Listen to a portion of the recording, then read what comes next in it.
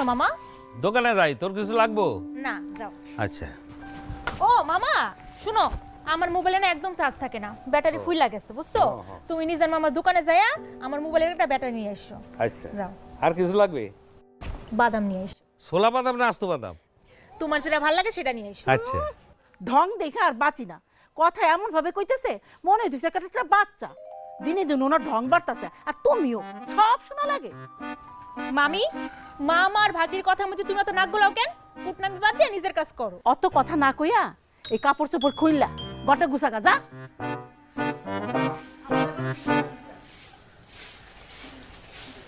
প্রিয় তো মেশো, আমার অন্তরের অন্তঃস্থল থেকে